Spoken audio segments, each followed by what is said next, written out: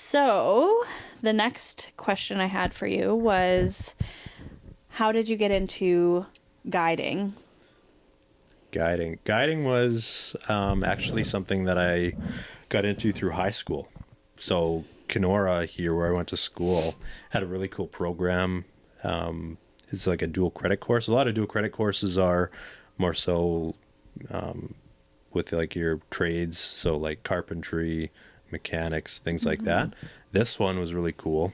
Guy by the name of Scott Green in town. He was the teacher at the college that put this all together. So we would do in a high school semesters, like, I don't know, what is it, 4 months, something like that. It was from, Honestly, I don't know. I don't know, the end of Probably like, isn't it the end of January till June. Yeah, so February till June. Okay. And I went to the college for 2 months to do some cool classes there. We did like food safety, first aid. We did some like survival stuff, typical like outdoor ed survival stuff, building fires, cooking food outside, building shelters, things like that. And then the co-op part, you were able to reach out to a business, local business in town that you were able to go work at. And the place that I wanted to choose was a fishing lodge, because I'd always dreamed of like making a living fishing some way. So that was like the easiest way for me to like actually get into it, was through this program. And I originally just signed because I was like 15, or no, I was 16 at the time. Okay. So to That's like, pretty young, yeah. yeah, so to like go through the school and get a co-op program at a fishing lodge, you're typically not going to be a fishing guide like your first day there, right? Right, definitely. So I signed on to basically just do like the grounds and be the dock boy, tie boats. And the second day that I was there, one of the guides, he didn't show up. Oh, So I how was convenient. put into a boat, and then I never looked back. That's really cool. I didn't know that part. Yeah. And the first, I don't think you ever told me that. like the first day that I guided, it was Yeah. with, his name's Terry McBrayer. He had gone to that lodge forever. Really, really experienced person with the lake.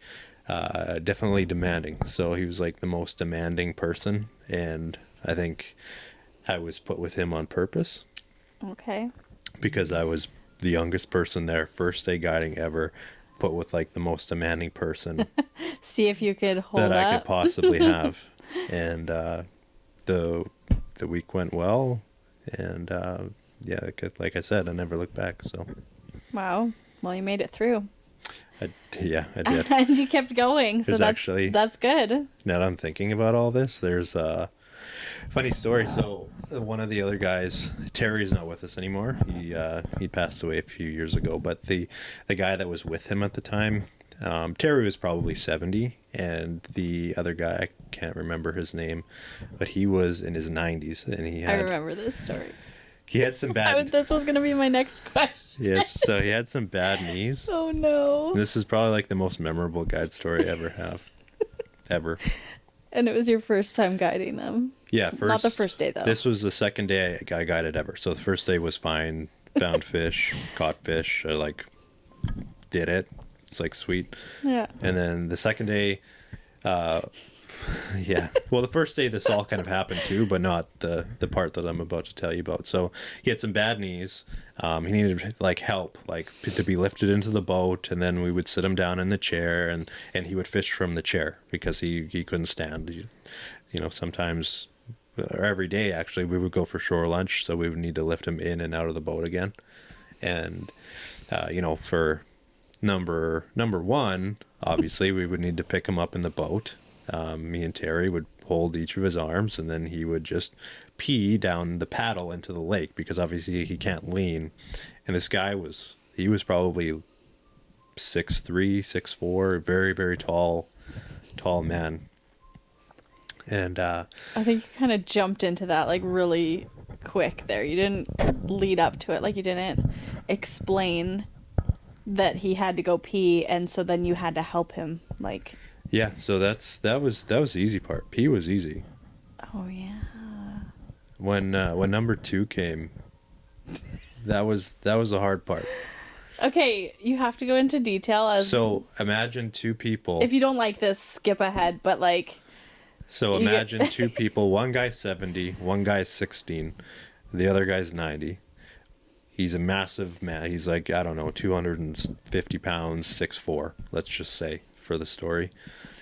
We have to pick him up, and this little kid, has to grab this paddle, and we have each of his arms over so that he can, like, basically squat, because we can't put him over the gunnel of the boat. If he falls in, like, he's going to die. None of us are going to pull him out. So we grab the paddle.